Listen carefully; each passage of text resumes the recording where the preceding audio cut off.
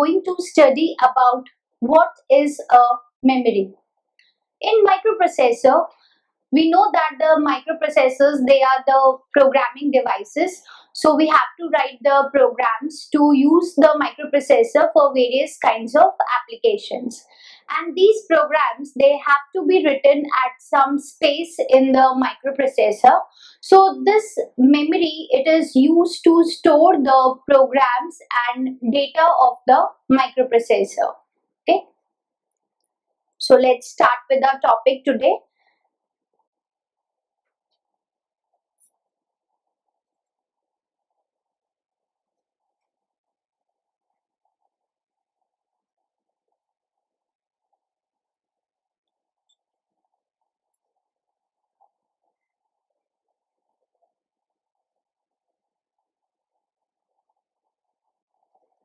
So memory is a space which is used to store the binary instructions. These binary instructions, group of instructions, are called the program and the data for the microprocessors. Now, in microprocessor, we have to store some of the programs which cannot be altered by the users. They are given to us, they are stored in the memory of the microprocessor at the time of its manufacturing by the manufacturer. So, and data, some of the data are also there which are not to be altered when the microprocessor is used for any of the applications. So this memory of the microprocessor, it is classified into two groups. One is the prime memory and second is the storage memory. Prime memory is also known as the main memory. This memory is used to store the programs which are not to be altered by the users, and storage memory, it is used to store the programs which are made by the users, and also the data which are generated between the operations like arithmetic and logical operations, the intermediate results. So although that temporary data, it is stored in the storage memory.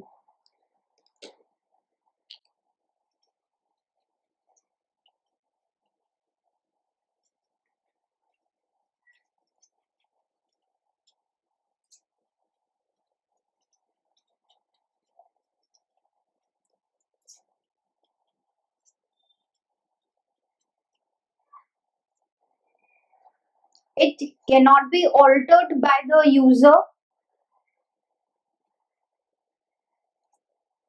These the programs which are used for the functioning of the microprocessor, they are stored there, and storage memory is used to store the programs which are developed by the user.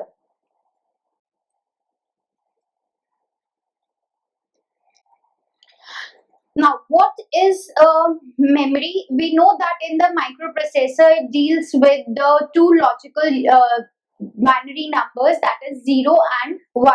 So, memory is used to store these bits 0 and 1, and we have.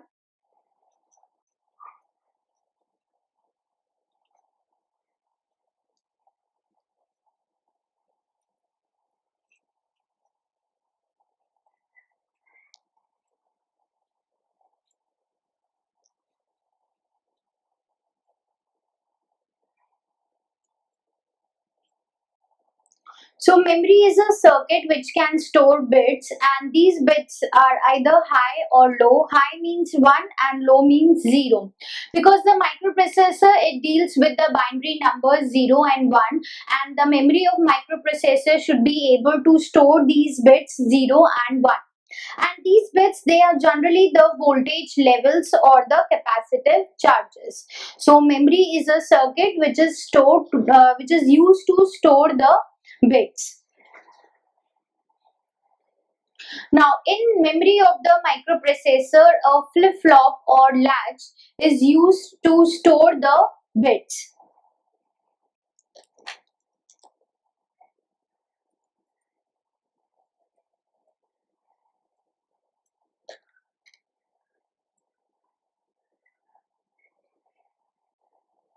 So the basic element of memory is a flip-flop or a latch, because latch is used to store one bit, and they can store, because we are using the memory to store the bits, so latch can also store a bit, so they are used as the basic element of the memory.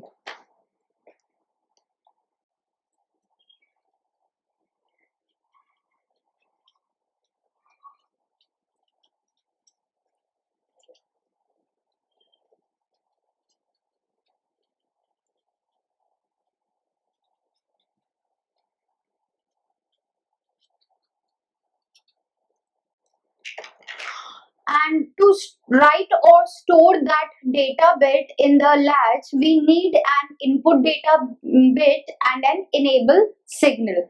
So because memory we are using to store the bits, and we are using latch as the basic element, so this latch, if we want to write or store a bit in the latch, we need two things. First is the input data bit, and second is the enable signal.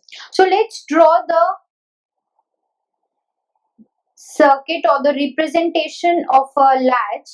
In latch we have, this is the input data bit, this is our enable signal, and this is the output. Because we have written here flip-flop or latch, so latch, you can say that it is the D flip-flop. D flip-flop is also known as the latch. So here we have the D flip-flop, it is the input data bit, which is D in. Here we have the enable signal, En, and Q is the output. So it is the output data bit. So this is the basic representation of a latch.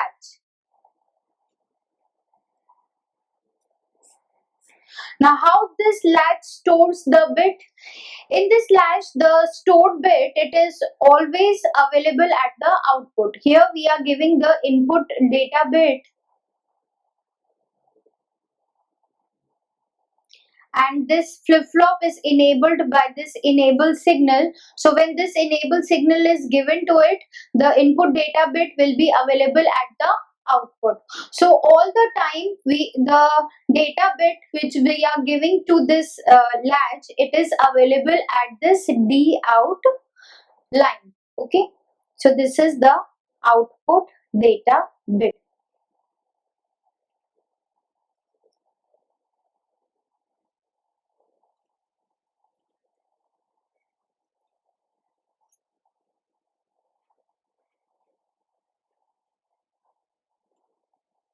So if we see this latch, the output data bit, it is always available. Now if in microprocessor we have two signals, read and write signal. Now read signal is used to read that data bit, and write signal is used to write the data bit. So how we can use these two signals to write our data bit in the latch, and how we can use that read signal to read the data bit from the latch. Let's see the circuit for it.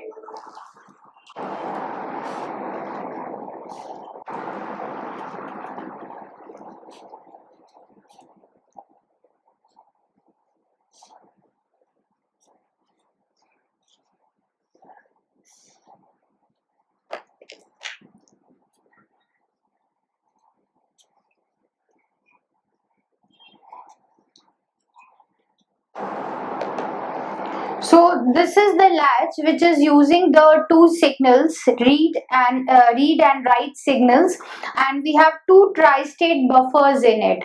Okay. Now these buffers, they are used to write the data bit into the latch and to read the data bit from the latch. You can see here that this latch will work when this enable signal is given to it.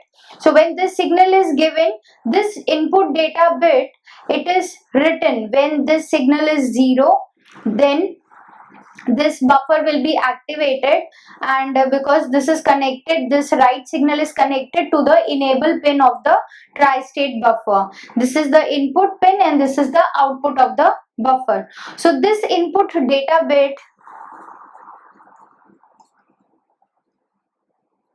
will be given as an input to the latch.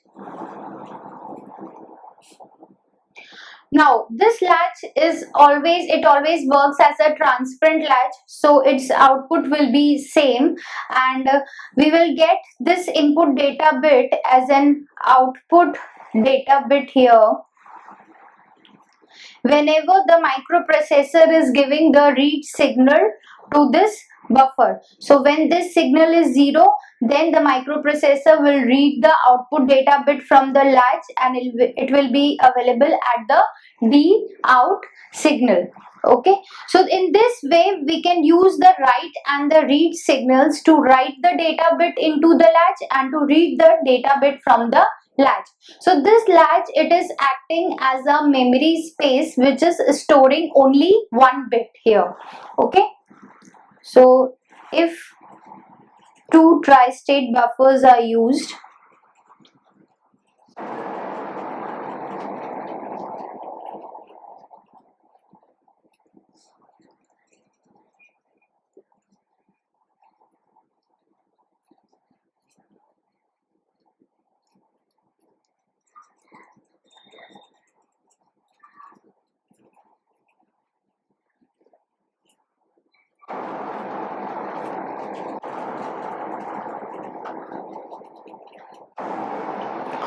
so if two tri-state buffers are used on the latch, we can write into the latch by enabling the input buffer. And how we can enable it?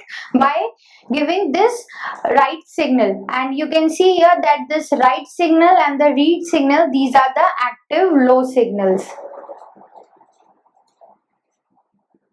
Active low signals means they are active when their value is 0. Okay, and we can read from the latch by enabling the output buffer.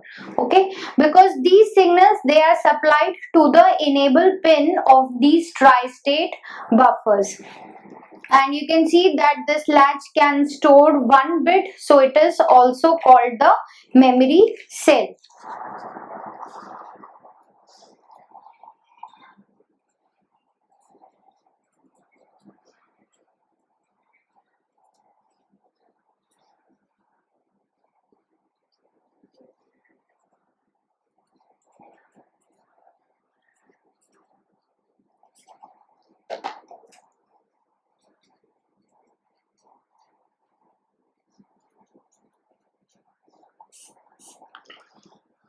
So you have seen, we have studied here in this video that what is a memory. It is used to store the programs and data in the microprocessors, and it is divided into two parts, the main memory and the storage memory.